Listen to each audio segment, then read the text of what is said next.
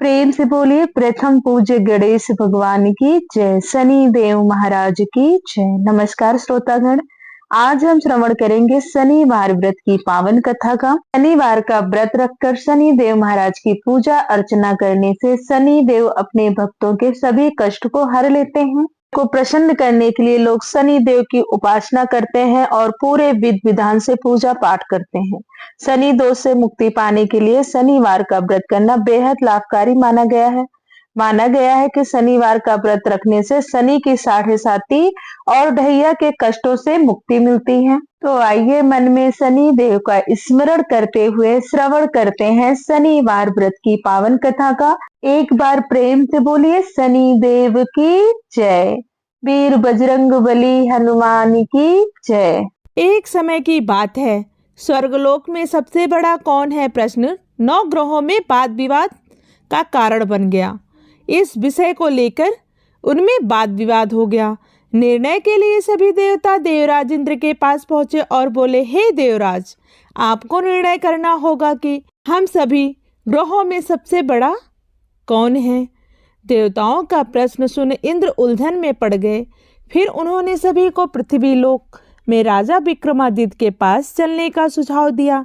बोले, वही तुम्हारा सही निर्णय दे पाएंगे। सभी ग्रह भूलोक के राजा विक्रमादित्य के दरबार में पहुंचे। जब ग्रहों ने अपना प्रश्न राजा विक्रमादित्य से पूछा तो वह भी कुछ देर के लिए परेशान हो उठे, क्योंकि सभी ग्रह अपनी अपनी शक्तियों के कारण महान थे। किसी को भी छोटा या बड़ा कह देने से उनके क्रोध का प्रकोप से भयंकर हानि पहुंच सकती थी। अचानक राजा विक्रमादित्य को एक उपाय सूझा और उन्होंने विभिन्न धातुओं से बने जैसे सोना, चांदी, कांसा, तांबा, सीसा, रागा, जस्ता, अभ्रक व लोहे के 9 आसन बनवाए। सबसे आगे सोना और सबसे पीछे लोहे का आसन रख दिया। उन्होंने सभी देवताओं को अपने अपने आसन पर बैठने को कहा। उन्होंने कहा, जो जिसका आसन हो वह उसे ग्रहण कर लें। जिसका आसन पहले होगा वह सबसे बड़ा तथा जिसका बाद में होगा वह सबसे छोटा होगा। लोहे का आसन सबसे पीछे था, इसलिए शनि देव समझ गए कि राजा ने मुझे सबसे छोटा बना दिया। राजा के इस निर्णय से शनि देव को बहुत क्रोध आया। वह राजा से रुष्ट होकर बोले, हे राजन, आपने मुझे सबसे पीछे बैठाकर मेरा अपमान किया है। तुम मेरी शक्तियों से परिचित नहीं हो। सूर्य एक राशि पर 1 महीने, चंद्रमा 2 महीने 2 दिन, मंगल 1.5 महीने, बुध और शुक्र 1 महीने, बृहस्पति 13 महीने रहते हैं। लेकिन मैं किसी भी राशि पर 2.5 वर्ष से लेकर 7.5 वर्ष तक रहता हूँ। बड़े बड़े देवताओं को मैंने अपने प्रकोप से पीड़ित किया है। अब तुम भी मेरे प्रकोप से सावधान रहना। शनि देव के मुख से ऐसी बातें सुनकर राजा विक्रमादित्य बोले, जो कुछ होगा भाग्य में देखा जाएगा। इसके बाद अन्य ग्रहों के देवता तो प्रसन्नता के साथ चले गए, परंतु शनिदेव बड़े क्रोध के साथ वहां से विदा हुए। कुछ समय बाद जब राजा विक्रमादित्य पर 7.5 की दशा आई तो शनिदेव ने घोड़े के व्यापारी का रूप धारण किया और बहुत से घोड़ों के साथ विक्रमादित्य के नगर की ओर पहुंचे। राजा विक्रमादित्य उन घोड़ों को देखकर एक अच्छे से घोड़े को अपनी सवारी के लिए चुना और उस पर चढ़े। राजा जैसे ही उस घोड़े पर सवार हुए वह बिजली की गति से दौड़ पड़ा। तेजी से दौड़ता हुआ घोड़ा राजा को दूर एक जंगल में ले गया और फिर राजा को बीच जंगल में गिराकर वह घोड़ा गायब हो गया। राजा अपने नगर लौटने के लिए जंगल में भटकने लगे, पर उन्हें कोई रास्ता नहीं मिला। राजा को भूख प्यास लग गई। बहुत घूमने पर उन्हें एक चरवाहा मिला। राजा ने उससे पानी मांगा। पानी पीकर राजा ने उस चरवाहे को अपनी अंगूठी दे दी और उससे रास्ता पूछकर जंगल से निकलकर पास के नगर में चल दिए। नगर पहुंचकर राजा एक सेठ की दुकान पर बैठ गए। राजा को कुछ देर दुकान पर बैठने से सेठ की बहुत बिक्री हुई। सेठ ने राजा को भाग्यवान समझा और उसे अपने घर भोजन पर ले गए। सेठ के घर में सोने का एक हार खूंटी पर लटका हुआ था। राजा को उस कमरे में छोड़कर सेठ कुछ देर के लिए बाहर चला गया।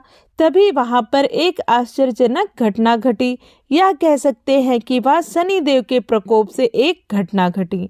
राजा के देखते देखते खूंटी ने उस हार को निगल लिया। सेठ ने जब हार गायब देखा तो उसने चोरी का संदेह राजा पर किया और अपने नौकरों से कहा कि इस परदेसी को रस्सियों में बांधकर नगर के राजा के पास ले चलो।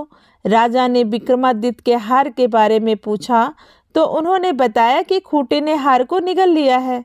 इस पर राजा क्रोधित हुए और उन्होंने चोरी करने के अपराध में विक्रमादित्य के हाथ पांव काटने का आदेश दिया। फिर क्या था, राजा की आज्ञा पाकर सैनिकों ने राजा विक्रमादित्य के हाथ पांव काटकर उन्हें सड़क पर छोड़ दिया। कुछ दिन बाद एक तेली उन्हें उठाकर अपने घर ले गया और उन्हें कोल्हू पर बैठा दिया। राजा आवाज देकर बैलों को हाँकता रहा। इस तरह तेली का बैल चलता रहा और राजा को भोजन मिलता रहा। शनि के प्रकोप की 7.5 पूरी होने पर वर्षा ऋतु प्रारंभ हुई। एक रात राजा विक्रमादित्य मेघ मल्हार गा रहे थे। तभी उस नगर की राजकुमारी मनभावनी रथ पर सवार होकर उस घर के पास से गुजरी जहां राजा विक्रमादित्य रहते थे। उन्होंने उनके मल्हार को सुना तो वह मल्हार उन्हें अच्छा लगा और उन्होंने दासी को भेजकर गाने वाले को बुला लाने को कहा। दासी लौटकर आई तो उसने अपंग व्यक्ति के बारे में सब कुछ बता दिया। राजकुमारी उसके मेघ मल्हार से बहुत मोहित हुई थी और सब कुछ जानते हुए भी उन्होंने अपंग से विवाह करने का निश्चय किया। राजकुमारी ने अपने माता पिता से जब यह बात कही तो वह हैरान रह गए। उन्होंने उन्हें समझाया पर राजकुमारी ने अपनी जिद नहीं छोड़ी और प्राण त्याग देने का निश्चय कर लिया। आखिरकार राजा रानी को विवश होकर अपंग विक्रमादित्य से राजकुमारी का विवाह करना पड़ा। विवाह के बाद राजा विक्रमादित्य और राजकुमारी तेली के घर में रहने लगे। उसी रात स्वप्न में शनिदेव ने राजा से कहा, राजा तुमने मेरा प्रकोप देख लिया, मैंने तुम्हें अपने अपमान का दंड दिया है। राजा ने शनिदेव से क्षमा करने को कहा और प्रार्थना की, हे शनिदेव आपने जितना दुख मुझे दिया है वह अन्य किसी को ना दे। तब शनिदेव बोले, हे राजन मैं तुम्हारी प्रार्थना स्वीकार करता हूँ। जो कोई स्त्री पुरुष मेरी पूजा करेगा, कथा सुनेगा, जो नित्य ही मेरा ध्यान करेगा, चींटियों को आटा खिलाएगा, वह सभी प्रकार के कष्टों से मुक्त हो रहेगा तथा उसके सब मनोरथ पूर्ण होंगे। यह कहकर शनिदेव अंतर्ध्यान हो गए। प्रातः काल जब राजा विक्रमादित्य की नींद खुलती है तो देखते हैं कि उनके हाथ पांव वापस आ गए हैं। अपने हाथ पांव को देखकर राजा विक्रमादित्य को बहुत खुशी हुई। उन्होंने मन ही मन शनिदेव को प्रणाम किया।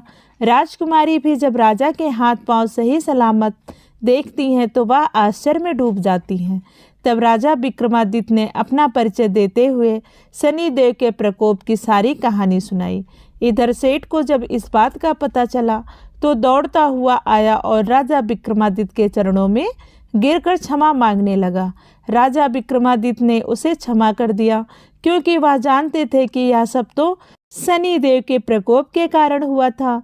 सेठ राजा विक्रमादित्य को पुनः अपने घर ले गया और उन्हें आदरपूर्वक अपने घर में भोजन कराया।